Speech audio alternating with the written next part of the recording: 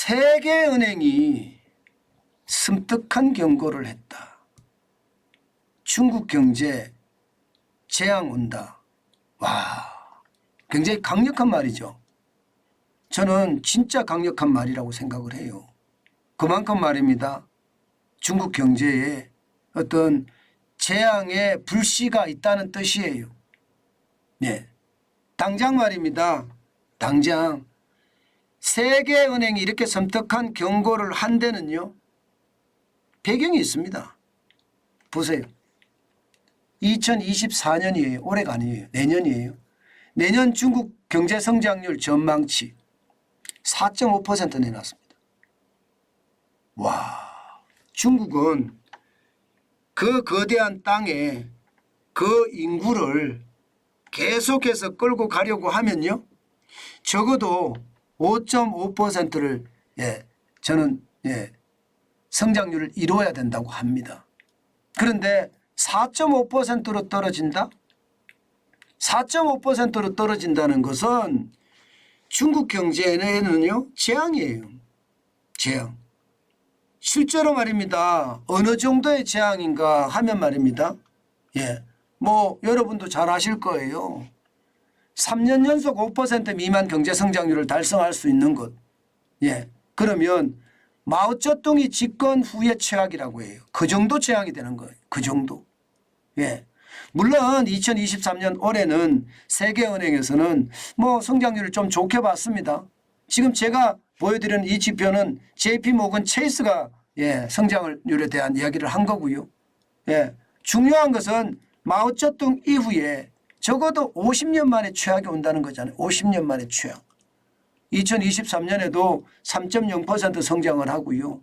2022년이죠. 2023년에는 4.8%. 그리고 2024년에는 4.2%. 이건 JP모건 체이스가 이렇게 예상하면서 큰 재앙이 올 거라고 예상을 했는데 세계은행도 지금 똑같은 재앙을 예고하고 있는 겁니다. 똑같은 재앙을. 4.5%의 재앙이니까 엄청난 재앙이죠. 그만큼 말입니다. 세계 경제에 지금 어려워지는 와중에 중국 경제 더 어려워진다는 얘기입니다. 사실 그에 대한 이야기도 5가지 악재를 실제로 이야기를 했습니다. 실제로 5가지 악재를. 제가 중국 경제 5대 악재라고 달았잖아요. 기본적으로 중국은 소비가 예상보다가 안 올라갑니다. 코로나 팬데믹 이전의 소비 수준을 도착을 해야 되는데 이게 코로나 팬데믹 이전의 소비 수준으로 가지 못해요. 그렇기 때문에 굉장히 나빠요. 굉장히 나쁩니다.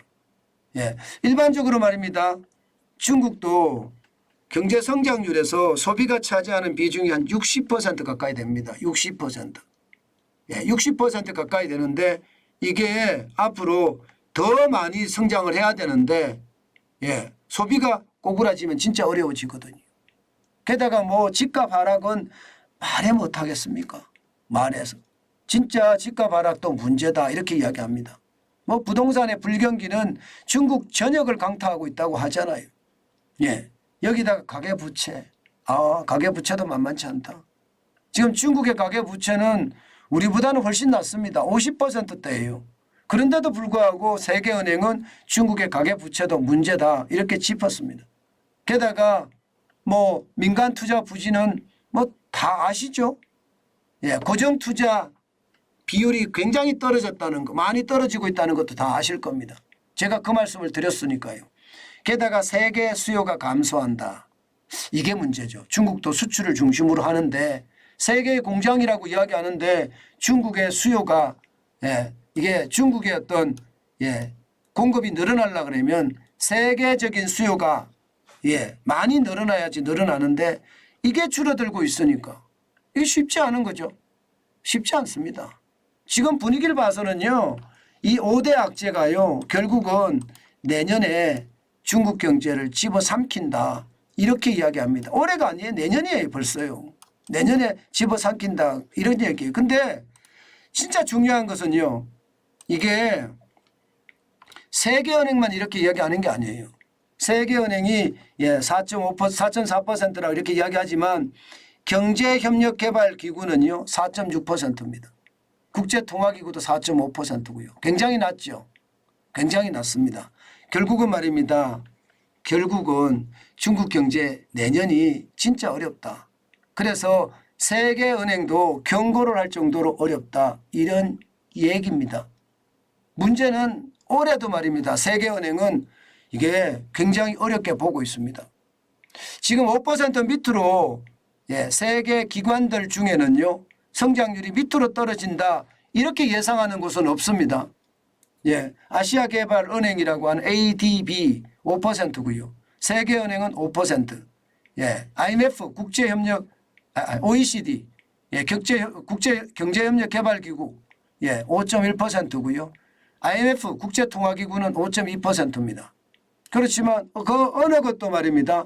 중국 정부가 예상하는 5.5%에는 한참 못 미칩니다. 한참 못 미쳐요. 많이 못 따라가죠. 중국 정부는 5.5% 성장을 한다고 했거든요. 그러면 한참 못 미칩니다. 지금 말입니다. 중국은 아무래도 이 뭐라고 해야 되나 추석 대이동? 추석 대이동이 중국에는 그나마 호재가 된다고 합니다. 뭐 9억 명이 이동을 한대요. 9억 명. 9억 명이 이동을 하니까 조금 좋아질 것 같기는 하지만요.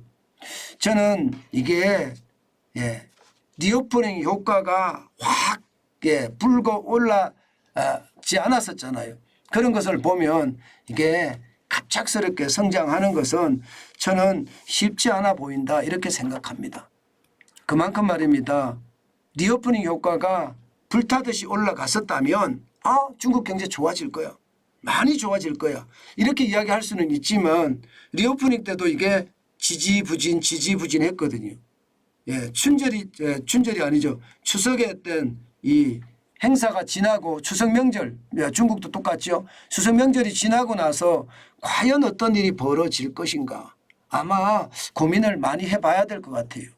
지금 경제가요 좋아지는 김이 뭐 소비가 진작이 되니까 좀 좋아지는 그런 이야기가 계속 나오고 있는 것도 사실이고 수출도 어쨌든 플러스가 되고 있으니까 좋아지고 있는 것도 사실인데 좀 더 두고 봐야 되겠다 이런 생각을 저는 해보고요. 중요한 것은요. 해외 기관들이 5%대의 성장률을 전망을 했지만 이게 여러분 투자은행들은요 4%대에 전부 다. 전부 4%대입니다. 지금 CT는요 4.7%고요. 제일 낮은 게 바클레이스입니다. 바클레이스 투자은행인데 여기도 4.5%고요. UBS는 4.8%, 노무라 4.6%고요. JP모건도 4.8%입니다. 이렇게 보면 말입니다. 중국에 대한 전망은 그다지 이게 좋은 전망은 나오지 않죠. 그다지 좋은 전망은 안 나옵니다. 그런 것을 감안을 해보면 결국 말입니다. 세계은행이 경고하듯이 중국 경제는 한동안 5% 미만의 성장률로 고통을 겪을 거다 이렇게 얘기합니다. 결국 말입니다. 중국 경제는 단기적으로도 나쁘다. 장기적으로는 더 나쁘다. 이게 현실일 것 같아요. 현실일 것 같아요. 그 정도로 말입니다. 중국 경제 상황은 점점 나빠지고 있다는 것. 저는 현실로 점점 가고 있다는 사실이 된다고 저는 생각합니다. 그만큼 말입니다. 안타까운 현실이 진짜 현재가 된다는 이야기 다시 한번 드리겠습니다. 아마 여러분 중국이 좋아지면 우리 경제도 많이 좋아질 거예요. 어쨌든 우리가 중국에 수출하는 비중이요. 줄어들었다고 하지만 홍콩을 우회하는 수출까지 감안을 해보면요. 거의 25% 넘거든요. 25%. 홍콩을 우회 수출하는 것까지 감안을 하면. 그러면 이게 결국은요. 중국의 어떤 상황이 점점 말입니다. 점점 저는 좋아질 거다 이런 생각도 해보는 겁니다.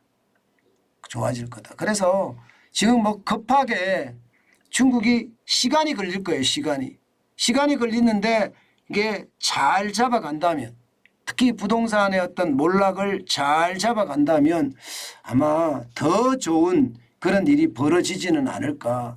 저는 그런 생각도 해보거든요. 예, 그런 생각도. 그렇지만 분명한 것은요. 분명한 것은 시장은요. 예, 전 세계 시장의 어떤 분위기가 돋아날 때 우리 경제도 좋아지지 않겠느냐.